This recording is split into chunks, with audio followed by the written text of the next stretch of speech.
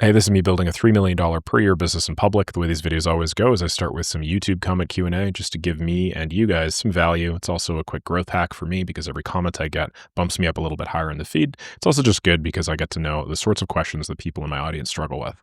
Then I do growth strats across YouTube, Instagram, and my products. And then finally, I round it out with one daily business improvement. This is my main channel at 142K subs. This is the daily updates channel. Basically, what I do every day is I just scroll all the way down to the bottom of all of the comments I've gotten on any one of these videos. So if you guys want me to answer a question of yours, then just drop it all the way down to the bottom and I'll eventually get to it. Okay, so last one was from Frank.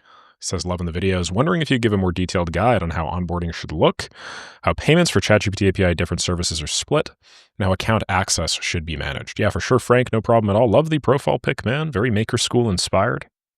Also, one more question, if you don't mind. I've also heard you talk about making Loom videos. Is this a replacement for cold email? Should you do both? Or Loom videos more so just for Upwork applications like I see in the school? Knew he was in the school? When you see profile pictures like that, the reason why I recommend them is because so many freelancers on Upwork have like a ton of background stuff in their profile picture, and it's just like not clear. They don't pop from the background to the foreground. So I usually just recommend having like some unnatural sounding color or a natural looking color like Harshit has, like Frank has, so that, when the person's eye is scrolling through the million proposals that they receive, you pop up. Okay, cool. So to answer that question about how onboarding should look, Frank, there's a ton of resources inside of Maker School that deal specifically with this. There's a kickoff call SOP. If you just look up kickoff call SOP, or hell, just kickoff inside of the school forum, you'll find a whole kickoff call guide, how payments work. ChatGPT API, different services like, let's say, PandaDoc, Instantly, and so on and so forth, Make.com, N8N. I actually get the client to pay for all of this stuff. The reason why I want the client to pay for this stuff is threefold.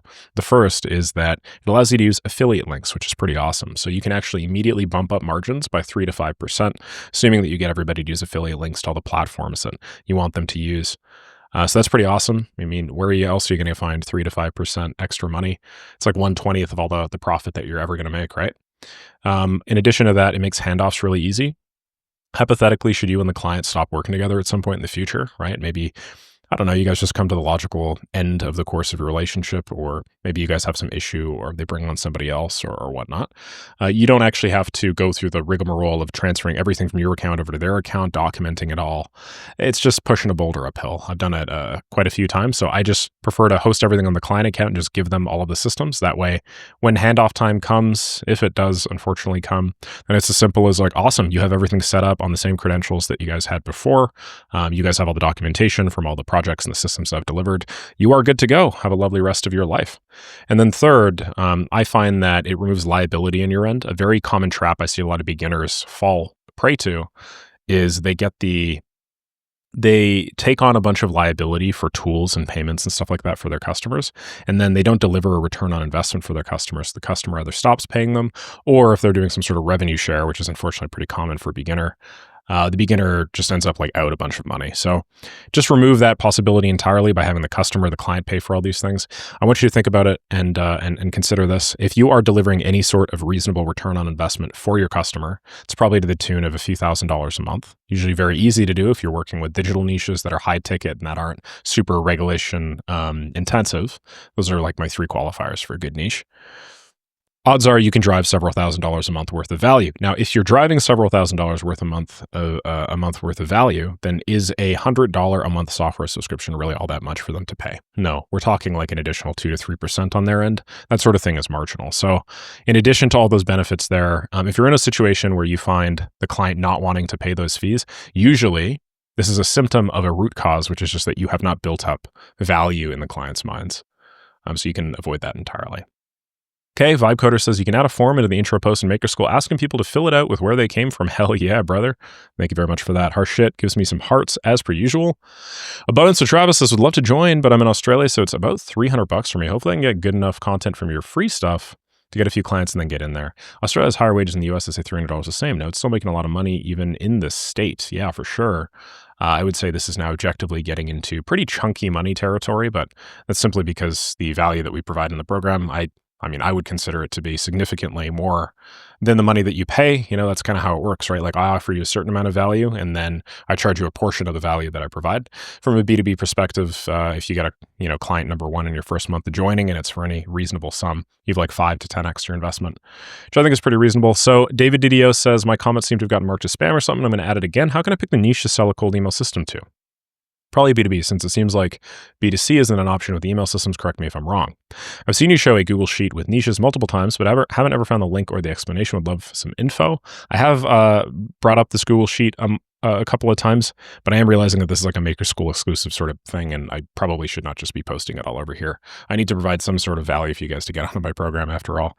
Essentially though, David, you don't need this thing. To be abundantly clear, all it is it's just a list of a bunch of different niches, and then it's a bunch of different systems you could sell for them. And these systems aren't rigorous. I basically just got a massive list of things that I had sold, massive list of things that I've seen other people sell. Then I threw in a couple of other systems that I thought would work pretty well for good measure, and then I just iterated them across a bunch of niches. So you have things like B2B marketing agencies, then you have things like growth systems. So what we do is on one column, you have B2B growth agencies, on the other B2B agencies, and then in another column, you have growth systems. And what I do is I just combine the two. So I say I build growth systems for B2B agencies, right? So you can spin this times however many other niches you have. If you have, I don't know, CRM systems, well, now you build CRM systems for B2B agencies. If you do, I don't know, some sort of onboarding system, you build onboarding systems for B2B agencies. The whole idea here is you basically just like cross or multiply out all the niches with all of the services that you could provide. And then you just end up picking what you think are the best ones, just based off of, your interests, your experience, what various market signals are telling you, and so on and so forth. And then what you do is you pick 3 of those. Once you pick 3, you build 2 offers for each, and then you just send 6 campaigns. And then you just essentially iterate and split test these to see which ones perform better in cold email. Okay? All right, so that's how you do it. How would you go about testing copy for emails or for your clients for the first time? Some tips and some metrics and instantly look out for. You test copy by just writing something that you think is not good enough and then clicking send. There's no better way to do it. And turn it from a perfect piece of copy, the situation where you're looking for a perfect piece of copy, into a situation where like you just get a first draft out and then you let the market help you revise. So the way that I do it is I will spend maybe like, I don't know, 15 to 20 minutes per sequence, just writing the copy. Within an hour, I usually have, 3 to 6 sequences. Once you've written one, it's very easy to just copy, duplicate it, and then make minor adjustments to it, right? Once I have all those, I look at them and I'm like, man, this isn't as good as it could be. But then I have this like conscious muscle in me that I've trained that just says, okay, even though it's not as good as it could be, you should probably just send it anyway. So then I turn on all my mailboxes, I connect them all to the sequences, and then I go 30 per day per mailbox across, 6 sequences or whatever. So let's say you're capable of sending 1,200 emails a day in total. If you split that across 6 sequences, that's how many emails per day per sequence? 200. So now you have 200 emails per day per sequence going. And what I do is I run them for about 500 to 1,000 outbound emails sent. So what that means is if you run that for 5 days, 5 days times 200 per day comes out to 1,000. Now I have a bank of 1,000 little mini tests that I've performed. And then the cool thing is instantly can automatically split test those or automatically aggregate the results of the split test. And then what I do is I just rate them based off reply rate. So all 6 of these campaigns, top 2 has a 4.5% reply rate, 3.9% reply rate. The other ones are 1.5, 1, 1.2, whatever. I just drop all the losers. I take the winners. I vary the winners because I know that the winners are the ones that obviously, for whatever reason, the offer, the system that I'm building, the time that I'm sending, some combination of variables works. And then I just take those and then I iterate on those. And in that way, I get my 4.5% reply rate campaign to like a 6%, a couple weeks later, that turns to 7.2%. And then, I'm basically just like speeding up natural evolution, if that makes sense. Okay, so yeah. Hopefully that makes sense to you. It looks like you already got the 500 to 1,000. And then how many domains do I need for our reach managed leads for my agency if I were to buy pre-warmed mailboxes versus warm them myself? Pre-warmed is more expensive. I think instantly is still like $10. So, $10 per, I think it's 2. I don't know. I have to check. I mean, I have an instantly account that's set up with, I think 15 or 20 pre-warmed. And I think I had to get like 5 or 6 domains for that. So, I mean, the costs add up. If you're using pre-warmed, then, obviously the Upside is you get to start sending immediately. The downside is you have to spend a lot more money. But there are also like warm them up yourself alternatives. Zapmail now offers you, I think it's $3 or $4. I'm not affiliated with these guys at all, but yeah, it's not actually $250 a month per account because that's only in bulk. In reality, it's probably like $4 per month here, 3.3 bucks per month here, $3 per month here per mailbox. So I would just get I just get this one realistically. That'll give you something like 200 to 300 a day. And then, well, actually, no, hold on. Sorry, I lied. I wouldn't get that one. I would get this one here. This would give you like 900 to 1,000 a day, which is exactly what I was talking about back there. And then they'll set it up for you. It is going to take you a little while to warm up, though. I think, 2 to 3 weeks with Zapmail. So the way that you do it is you just hook them up to instantly, and then it'll automatically warm up for you. You just need to like connect the, warm up feature or whatever. Okay, and then one more from Javok series says, you're the biggest influence, now I understand business. Thanks for that. I've noticed most of your AI automations are priced in 1 to 10K. I was wondering, do you think going much lower, like 50 to 100 bucks, could actually work if it's sold in high volume? I feel like that might make things safer for the client, also help me earn faster as a beginner. It doesn't have to be AI necessarily, just something useful and simple. I know you're an expert at selling things online. So do you think this kind of model makes sense? And if so, is there anything you'd recommend trying? What you are describing in a nutshell is you're describing a low ticket product. Would I sell one-off low-ticket products? I have tried doing this multiple times before, and I just haven't really found it that the juice is worth the squeeze. I mean, there are like a variety of reasons for this. I think I've just like set my own skill set up to be able to sell the perceived high-value things. So I think that that's important. I think it might also depend on skill set. The lead generation mechanisms for low-ticket versus high-ticket products are different. For a high-ticket product, you usually have a sales cycle, and so you have like a salesperson that comes in, they do a demo, or they do some sort of like disco/closing call. My skill set is very oriented towards that because I'm great at generating leads through cold email, and it's sort of like a positive feedback loop where, I was great at generating leads through these outbound methods, so I got a lot more training doing like, high-ticket sales, and then that made me better at closing deals, so I wanted to do it more and more and more. The flow is a little bit different if you're selling a low-ticket product, and I usually don't recommend using cold email to sell a low-ticket product. So, just like the math doesn't work out. Most of the time the math can work out, and it has worked out for me before, but it doesn't work out anywhere near as well as the leverage on selling a high-ticket product through cold outbound. So I think all this stuff is possible, but I don't think I would really sell like $50 to $100 AI automation templates. Also, like I'm talking generally here, but for our specific industry, like a big multiplier of leverage is 100% just like the perceived white glove service of, hey, Nick's just going to take care of everything for me. I don't need to know or do anything. Nick just takes care of it for me. I pay Nick a flat fee for peace of mind, and also because he just knows his stuff and he's going to do the best that he can do to, make my company grow. And he's always going to have my ass, basically. If you're selling a $50 a month product, or hell, just a $50 product, how are you going to do that, right? I don't know. Okay, Bim Voice is very interesting. Feeling exactly the same about math. Started to love it after becoming an engineer and after finishing academic studies. Yeah, I think he was referencing, I think Bim Voice was referencing me saying something like, math is actually wonderful. It's beautiful, really. But I never really realized that until I got out of school, because the way that schools teach you is just terrible, pathetic, just the worst. Okay, I'm just going to really quickly scroll through here. Okay, so we're coming up on, I think, 6 days now, 5 days. So we may need a day where I just run through and answer a bunch of questions again. Regardless, that's where that's at. Let's now do some brand stats. It is now June the 24th. My daily updates channel, if I go back to my analytics tab, is at 7,157. So I've gone up by 36. My main channel here, if I just refresh this, because I tend to get subs while I'm talking, is 142,226. Nope. So I've gone up by about 1,000. And my Instagram, I track using a tool called BlastUp, which gets me to 228,316, which I paste in here is 1,785.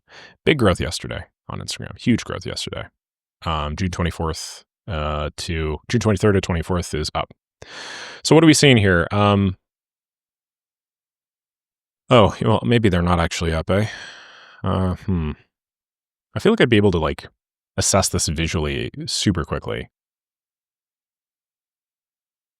All right, let's take my average from June the 1st to June the 10th, and then, or June the 12th, and then we'll take my average from June the 12th or 13th to 24th, okay? Average is 930 a day back here. Average is 850 a day over here. So it looks like my average has gone down by about 80. That's not good because I was also 20,000 subscribers lower. So if I do the same thing with my relative metrics, it's 0.74. Now it's probably 0.5, 0.62. Okay, so it's down by 0.12.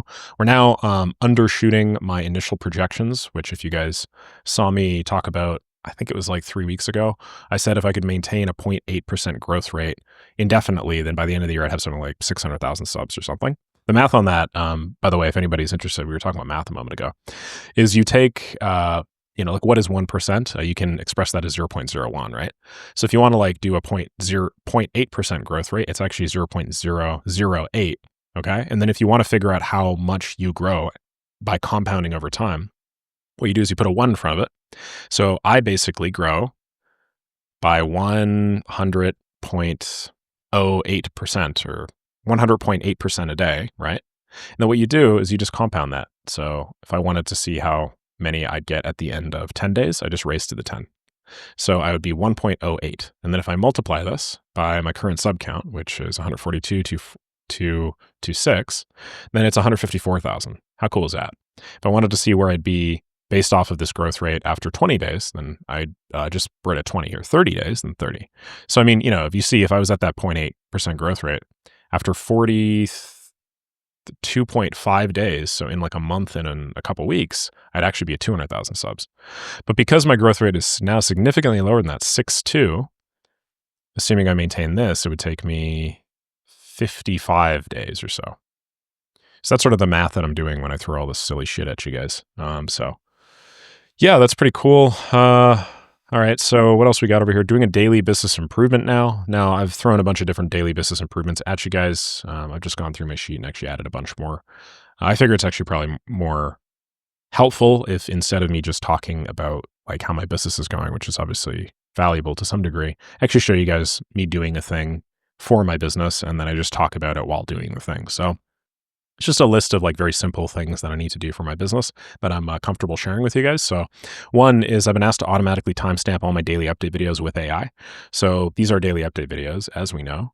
And the way that these daily update videos work is I will upload a recording that I do, so this OBS recording, to a Dropbox folder that I've set up that has a trigger. The way that this works is I upload it here with AUF_DU. If I upload a file with AUF_DU, what happens is it triggers this workflow, which then pumps it over to the service, AUPHONIC. That's Ophonic. That's why I say AU. And then there's a workflow over here. And then what we do is we take that workflow and then we perform a preset to it. And I don't actually remember which preset we're doing, which is kind of wild. Let me actually check.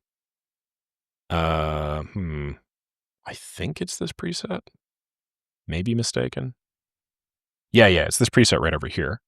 So what's this preset is this one. And then what I do is I pass it through this Ophonic preset. This Ophonic preset generates metadata for me, then generates a description for me. Then I have the ability to generate show notes, but it doesn't look like I'm currently generating show notes. So for whatever reason, if I just go back here to, I don't know, let's say yesterday's video. Yeah, I'm not seeing show notes here, but I want show notes. I want it to be like chapter. So you can actually use a service that to do it automatically, I guess is what I'm saying. And that's just what I'm going to do now. So automatic show notes and chapters. Okay. So Ophonic Whisper ASR, is that the best one? Okay. What is this telling me? Paste text from one of your existing summaries into this field so the show notes model can match your writing style, and formatting for details. See auto-generated show notes and chapters. So let me open up this. You can fully automate the time-consuming process of summarizing and structuring the content of your recording to find positions for chapter marks. Okay.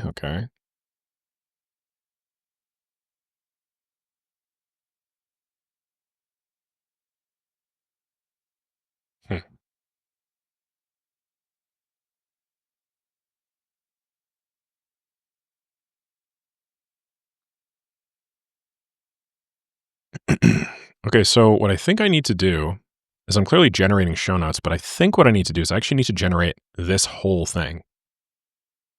I know this may seem crazy, but I'm pretty sure if I just paste this entire thing in here,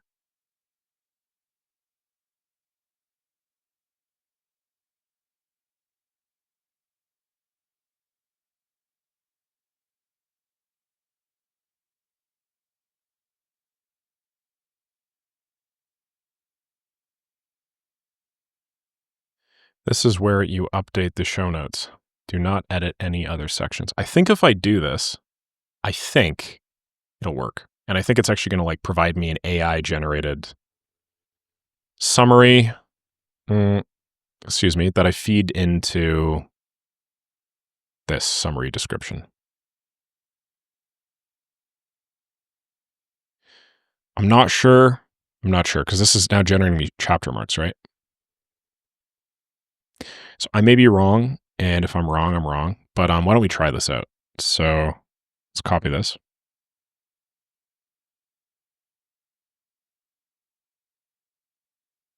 I'll go back to productions. I'm going to go presets. Preset I want. Which one is this? Daily updates DU or daily updates? Probably DU. DU, summary description. Yeah, I think it's this one here. I think this is fine. Dropbox, okay, loudness normalization, noise reduction. This is all fine. I'm pretty sure I'm just going to dump this in now and it should be okay. Right, append chapters to summary. You see this? That's what we want to do. That's why I'm removing this. These are my tags. Should probably do more N8 and stuff, eh? Actually, I should probably go Nick Saraev because I think Nick's, oh, yeah, okay, I've already done Nick Saraev. N8N Nick. Maybe we'll go Nick N8N. That'll probably help. Okay, so 320, output file, subtitle, transcript, speech, anything else? Any other output files I can do? Cover image? No, I'll leave it at that. What the hell is split chapters? One file per chapter? No, thank you. All right, listen, I think this is probably good. I'm going to give it a try. Let's save this preset. Now I'm just going to like upload. My internet's really fast, so I should be able to do this like reasonably quickly. Let's go back over here and then, oh geez, do I have any files that I can very quickly and easily dump in here? It's like a minute. No, I do not want iMovie. No, thank you. Why does this not allow me to close it? Okay, thank you. Yeah, sorry, I pumped in movies because that's the name of the folder. Okay, so date modified is here. I took a little trial. Okay, this one's, I don't know if this is going to work. 24th video experiment. But we're going to give it a go. If I feed this in, we'll upload it in a second. That's that blazing fast internet, baby. Now that I've sent this to Auphonic, I should be able to like go to Auphonic, go to productions. And then I should just like be able to reset this, refresh this, and then it should pop up. The fact that it's not is telling me that probably because I'm uploading the exact, oh, no. There we go. It is actually doing something. Okay. So there actually is something going on. That's good. And then what I want to do is when all this stuff is done, and it's done the audio processing, I'm going to go over to my daily updates channel. And I just want to check to see the output file, or not the output file, but the output video. Then I'm going to go into the output video and then I will check that. Okay. What I'll do also is I'll just remove a couple of these. Whoa, brainstorm video it is. The hell is that? That's cool. I'm just going to delete a couple of the old ones. That's another one of the things I have to do today. Just delete a bunch of old videos that like my editor uploaded and that he can't delete just because of permission. So delete this. I'm going to delete this one forever. Then while we're waiting, I'm also going to delete this. Let's delete that one forever. Okay, how's the rest of this doing? Okay, rest of the stuff looks good. So let's now go back to Auphonic. Okay, so now we're encoding the audio. Encoding is a little bit different from processing it, which is good sign. We're now doing speech recognition. This is sending it off to OpenAI to actually do the processing on this stuff, which is fantastic. This is usually, in my experience, one of the more lengthy parts. So just give this a refresh just in case. Okay, Ophonic YouTube export, cool. No, I'm not seeing any changes. Why is that? That's so annoying. I'm not seeing any chapter headings or anything. So clearly, whatever I did not make a difference whatsoever. Why is that though? I may have just done the wrong thing. Wait, didn't I just edit this a moment ago? Did I not save this? Oh, maybe I didn't save this. It's kind of annoying. Okay, let's edit this and let's see. Let's also edit this and let's see. Okay, so we're probably just using the other one. I screwed up. I'll go back over here, delete this. I'll go over here, paste this in. And then we'll call this daily updates. Sure, whatever. N8N, Nick Saraev.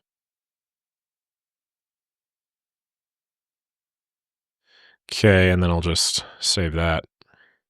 I'm waiting for this now. I'm going to go back to my Dropbox folder. I'm just going to delete this file that I just uploaded a moment ago because I don't really want it here. So we're going to delete that. And can we just upload like a shorter one? What if I just uploaded like this one that I just recorded a moment ago? To make a long story short, I screwed up on one of the videos a moment ago. Like right before I started recording this. I recorded and then there's just some sound outside while I was doing my little, hey, this is me building a whatever $1 million business in public. And then I was like, all right, let me just re-record this. So I actually technically have a file there. That's going to upload a lot faster, which is cool. And then that also means, if you think about it, like if I go to my Alphonic Productions tab, the audio will process and then it'll also encode a lot faster, which is nice. Yeah, it's already at the encoding step. So maybe this will help me like figure out if this is working at all a little bit faster. Why don't I again go back here to this first Ophonic YouTube export, this 15-minute one that I just uploaded a moment ago. Then I can just delete that because that's kind of pointless. Obviously doesn't mean anything for me. Okay, and then this one is Ophonic YouTube exports. But there's no freaking summary here. Yeah, I'm not really sure what's going on, man. I feel like I solved this once. I go to the presets tab. Edit. Is it main that I'm doing all this stuff through? No, wouldn't make sense.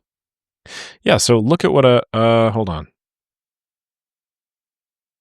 This is, oh, weird. I'm not actually doing this for main. I'm just doing summary example. Huh, because I feel like I figured this out. Weird, so append chapters to summary.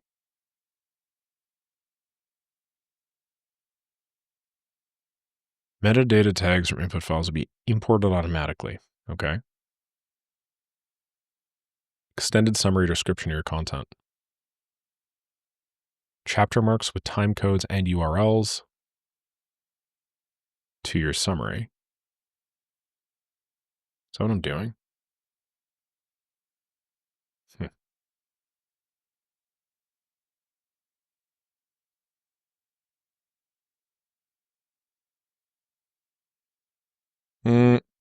If I can't make this work, I guess what I could also do is I could just like get the file, output a file. See this subtitle? I think it's a subtitle file or this transcript file. If I go back here to productions, then I go open this up. Sorry, just click on it. One of the things that you get is you get an HTML file here, which you can open. And then I have the, okay, so check this out. I actually have it. Oh, but this is kind of bullshit. Join me on this journey of entrepreneurship. Okay, so the automatic show notes are like broken, right? That's not, that doesn't do anything. But you know what I guess I could do, now that I'm thinking about it? I could take this. I mean, that would take me like 5 extra seconds, right? While I do my video.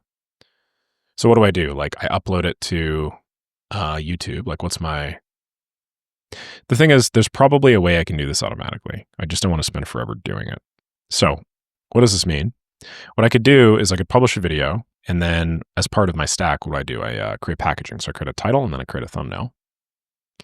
And so what I do is I just grab it and then I paste it in. And it actually even include like the timestamps and stuff like this. So would these timestamps be perfect? No, but they would probably improve the perceived value of the content because now you can like navigate, jump around. Maybe it'll be tangentially useful in the future. Maybe not for me, but for some sort of like data finding. I don't know. But okay, that sounds good. So I'm just going to make like an SOP for this basically instead. And then I'm going to go back to my Ophonic stuff. And then I'm just going to, let's just delete everything. The only thing that I really want here is I just want to open up my daily updates, because clearly these are where I did it from. We'll go automatic show notes and chapters.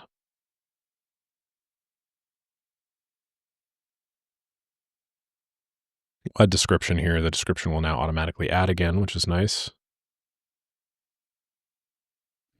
And then I'll just jump in there and then I'll make some changes, right? So now I'm just going to copy the summary description, do it in the next tab just in case, because I don't know which one's which. Probably figure that out, shouldn't I? Yeah. Okay. Paste that in there. We'll save this preset.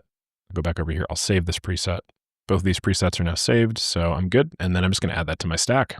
Okay. Awesome. Well, that's that for today's daily update. Thank you very much for watching, and I'll see y'all tomorrow. Cheers.